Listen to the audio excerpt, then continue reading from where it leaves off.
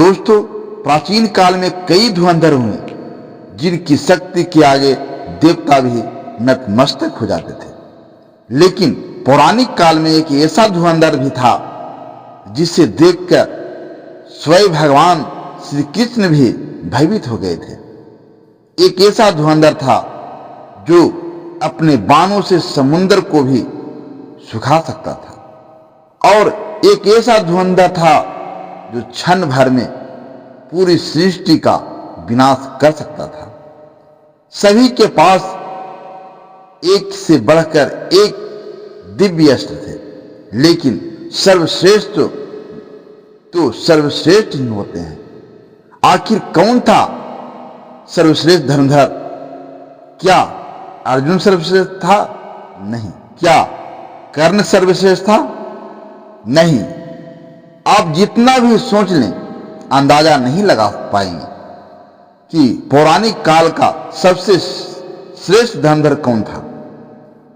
उसके जैसा धनुर्धर आज तक न हुआ है और न कभी होगा। तो आइए जानते हैं प्राचीन भारत के 10 सबसे शक्तिशाली धनुर्धरों के बारे में। नमस्कार दोस्तों, फिर से एक बार स्वागत है एसपी हिंदी कहानी चैनल में। दोस्तों, अगर आप हमारे चैनल पर नए हैं तो हमारे चैनल को सब्सक्राइब कर लीजिए और बगल में बेल घंटी को भी दबाकर प्रेस कर दीजिए ताकि आपके पास नई नई कहानी का नोटिफिकेशन पहुंचते रहे। चलिए अब मैं बताते हैं उन 10 शक्तिशाली धनुर्धरों के बारे में। नंबर 10, द्रोणाचार्य। जब महेंद्र पर्वत पर भगवान परशुराम अपना सब कुछ ब्राह्मणों को दान कर रहे थे, तब द्रोणाचार्य उनके पास पहुंचे और उनसे संपूर्ण दिव्य अस्त्रों का ज्ञान प्राप्त किया। द्रोणाचार्य ने ही कौरव और पांडव को शस्त्र चलाना सिखाया। कुरुक्षेत्र के युद्ध में भीष्म के बाद द्रोणा कौरवों के सेनापति बने। उन्होंने अपनी रणनीति से पांडवों का भारी विध्वंस किया। युद्ध के दौरान उनके बनाए चक्रव्यूह में फंसकर वीर अभिमन्यु मारे गए। जब तक द्रोणाचार्य के साथ में शस्त्र था, उन्हें परास्त करना असंभव था। अंततः पांडवों को छल का सहारा लेकर उन्हें मारना पड़ा। नंबर 9, अर्जुन। गुरु द्रोणाचार्य की दृष्टि में अर्जुन सर्वश्रेष्ठ धनुर्धर थे। उन्होंने अर्जुन को अपने सारे दिव्य अस्त्रों का ज्ञान दिया। अर्जुन के धनुष की टंकार से ही दुश्मन अधमरे हो जाते थे। उन्होंने महादेव को प्रसन्न कर पाशुपतास्त्र भी प्राप्त किया था। अर्जुन दोनों हाथों से बाण चला सकते थे, इसलिए उन्हें सव्यसाची कहा जाता है। द्रौपदी के स्वयंवर में अर्जुन ने वह लक्ष्य वेदा जो अन्य धनुर्धर विफल रहे। खांडव वन में अर्जुन ने देवराज इंद्र को परास्त किया। उन्होंने निवात कवच राक्षसों को हराया, जिन्हें रावण भी नहीं हरा पाया था। नंबर 8, भीष्म। भीष्म गंगा माता और राजा शांतनु के पुत्र थे। उनके गुरु स्वयं भगवान परशुराम थे। एक बार भीष्म का अपने गुरु परशुराम से युद्ध हुआ। यह युद्ध इतना विनाशकारी था कि देवताओं को इसे रोकना पड़ा। कुरुक्षेत्र के युद्ध में भीष्म कौरवों के प्रथम सेनापति बने। भीष्म के बाणों के आगे पांडव पक्ष के योद्धा टिक नहीं पाए। उनके पराक्रम ने भगवान श्री कृष्ण को अपनी प्रतिज्ञा तोड़कर शस्त्र उठाने के लिए विवश कर दिया। नंबर 7, एकलव्य।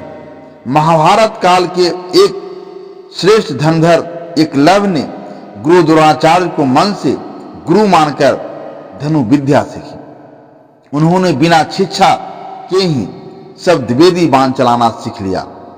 उनकी धनु विद्या देकर अर्जुन को लगा कि एकलव्य ही सर्वश्रेष्ठ धनुर्धर हैं।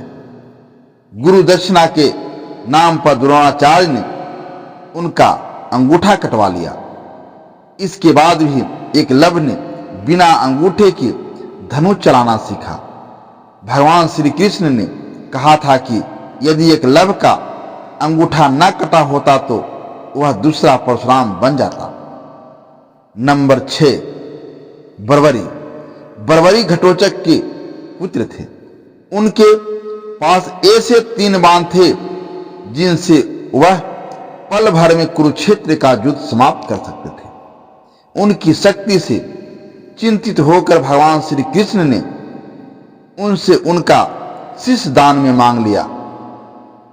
आज बर्बरी खाटू श्याम जी के रूप में पूजे जाते हैं। नंबर 5, मेघनाथ। इंद्रजीत। रावण का पुत्र मेघनाथ अपने पराक्रम में इंद्र को बंदी बना चुका था, इसलिए उसका नाम इंद्रजीत पड़ा। उसके पास ब्रह्मास्त्र, वैष्णवास्त्र और पाशुपतास्त्र जैसे दिव्यास्त्रों का ज्ञान था। लक्ष्मण के साथ युद्ध में उनके ब्रह्मास्त्र और वैष्णवास्त्र का प्रयोग किया, लेकिन लक्ष्मण ने उसे निष्प्रभावित कर दिया। नंबर 4, लक्ष्मण। शेषनाग के अवतार लक्ष्मण महापराक्रमी थे। उनकी रेखा इतनी शक्तिशाली थी कि रावण भी उसे पार नहीं कर सका। इंद्रजीत का वध करने वाले लक्ष्मण ही थे। रावण के पुत्र अतिकाय का वध भी लक्ष्मण ने किया। नंबर 3, कर्ण। सूर्यपुत्र के पास ऐसा दिव्य कवच कुंडल था जिसे वेद पाना असंभव था। युद्ध से पहले इंद्र ने छल से उनका कवच कुंडल छीन लिया। फिर भी कर्ण अजय थे। उन्होंने अर्जुन की गांडीव को प्रत्यंचा 11 बार काट दी। उनका सर्प बाण अर्जुन को मार ही देता यदि श्री कृष्ण उसे विफल न करते। नंबर 2, भगवान श्री राम। भगवान श्री राम की शक्ति का कोई अंत नहीं था। शिव धनुष को तोड़ने वाले श्री राम के बाणों ने समुद्र को भी भयभीत कर दिया था। उनके बाणों ने रावण, कुंभकर्ण और अनेकों राष्ट्रों का अंत किया। नंबर 1, संपूर्ण ब्रह्मांड और धनु विद्या की सृष्टि भगवान शिव से ही हुई। उनकी शक्ति अनंत है। वह पल भर में संपूर्ण सृष्टि का विनाश कर सकते हैं। इसलिए भगवान शिव को सर्वश्रेष्ठ धनुर्धर माना गया है। दोस्तों, आपका इस बारे में क्या कहना है, हमें कमेंट में जरूर बताएं। दोस्तों, अगर वीडियो अच्छा लगे तो हमारे वीडियो को लाइक शेयर अवश्य करें। धन्यवाद।